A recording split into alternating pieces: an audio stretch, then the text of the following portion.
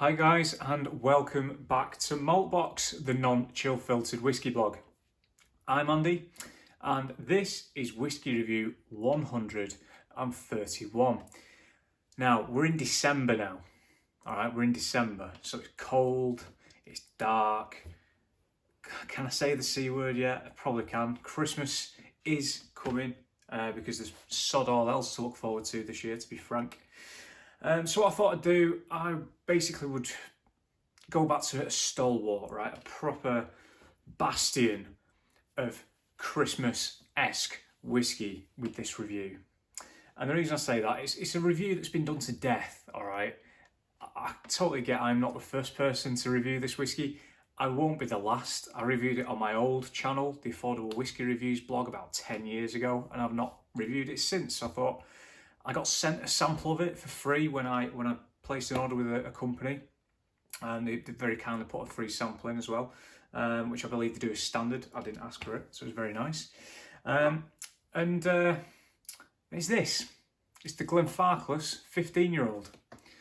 So there you go, guys. Hopefully you can read that. Again, very small bottle, big head behind it. It might be focusing on my face, I don't know, but there it is, the Glenfarclas 15-year-old, bottled at 46%. It is non-chill filtered, it is natural colour. It's a Speyside whiskey, and Glenfarclas is an incredibly popular and incredibly well-known distillery. They do their thing and they do it well. They're known for it. They do a lot of sherry whiskies.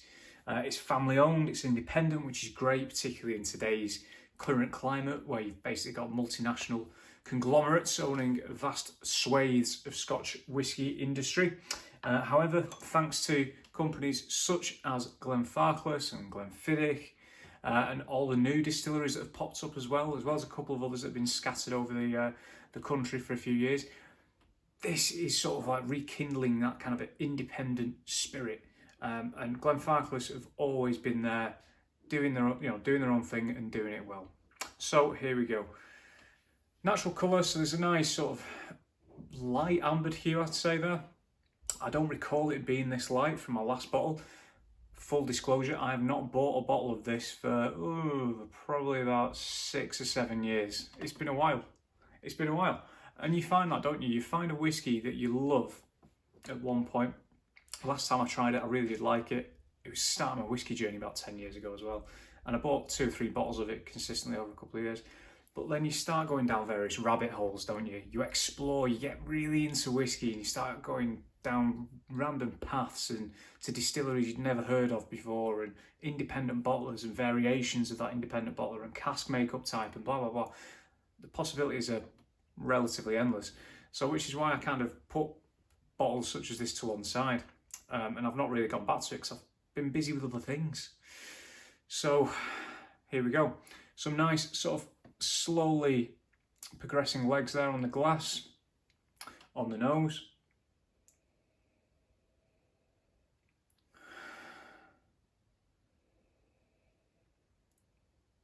Now, Glenfarclas is one of those whiskies that is seen as traditionally the words Christmas cake are used with it, and I totally get why, and I still do today. And it's so prevalent in here. You're coming up to Christmas, you're going to be soaking your raisins in brandy or whiskey in my house. You've got your cake mix in there, like really lovely brown sugar-based cake mix. You've got glacier cherry. There's also a kind of astringency there as well. Initially, modelling glue. Like modelling glue. Not super glue, but modelling glue. Which, to be honest, was probably because I've just cracked the sample, so it's probably one of those drums that needs a little bit of time. It's like time to wear out, basically. It is purely sherry cask that this has been matured in. This is not a mixture of ex-bourbon or, virgin oak or hogshead or whatever. It is ex-sherry, purely ex-sherry. So you're going back in there after a couple of minutes of chatting nonsense. It's starting to mellow out a little bit. There is still that really heavy Christmas cakey thing going on there.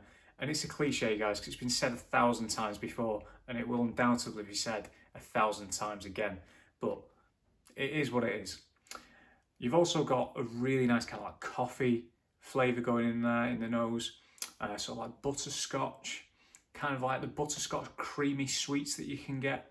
You don't see them in the UK too much, but I know I've seen them out over in Italy and places like that. There's also quite a nice sort of bitterness about the nose already, just at the back. What I said about the cake mix and those brandy or whiskey salt raisins, with a lot of Christmas food, it tends to be quite rich, as you can probably tell from the makeup of a Christmas cake. Christmas is the time for putting on weight, and I've been doing that already in preparation for Christmas. I've been telling myself over the last 9 months of lockdown. But there's kind of a nice depth to it. There's like a little bitter full stop at the end. It kind of stops it after those raisins. It's like, right, that's enough now. That's enough. You can have too much of a good thing. Also a little bit of golden syrup in there. On the palate,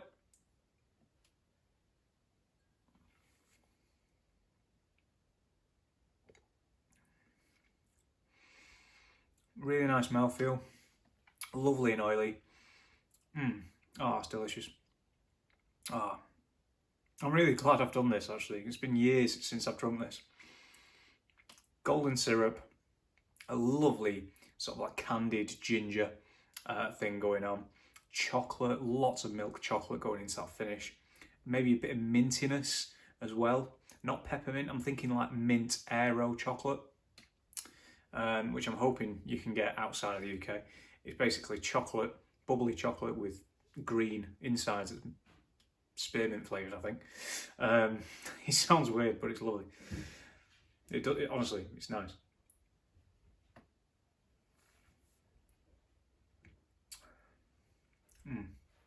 So incredibly sweet up at the front. I'm not a big fan of dessert. I'm not a big fan of like sweet things necessarily. What I am a fan of is sweet wines, such as dessert wines. I'd rather have that than a dessert. Have a Sauternes or something like that, or a Tokai. And there's almost that kind of thing to it at the front. You've got golden syrupiness, but there is also something a little bit more about it. It opens up a little bit. You've got honey in there, which for me, I get on a lot of dessert wine. Is there the Christmas cakey thing on the palate? Do you know what? For me, no, it's more on the nose. It's sweet. There is a lovely richness to it. There's an oiliness to it. Christmas cake on the palate? No, it's all on the nose for me. It is.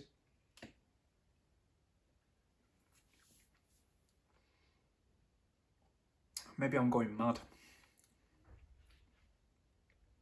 There could be something there, maybe more like a Jamaica ginger cake, to be honest with you. A nice, really heavy Jamaica ginger cake. So, as you can probably tell, guys, I really enjoyed revisiting that. I always think it's important to kind of go back a little bit and bring yourself back to what you started off with. And it's something I'll probably be doing more into next year. So I'm really, really looking forward to that. Would I buy one? Yeah. Will I buy one? Yeah, probably. For Christmas, why not? Why not? Let's do it. Thanks for watching, guys. I'm going to box it off now. See you soon.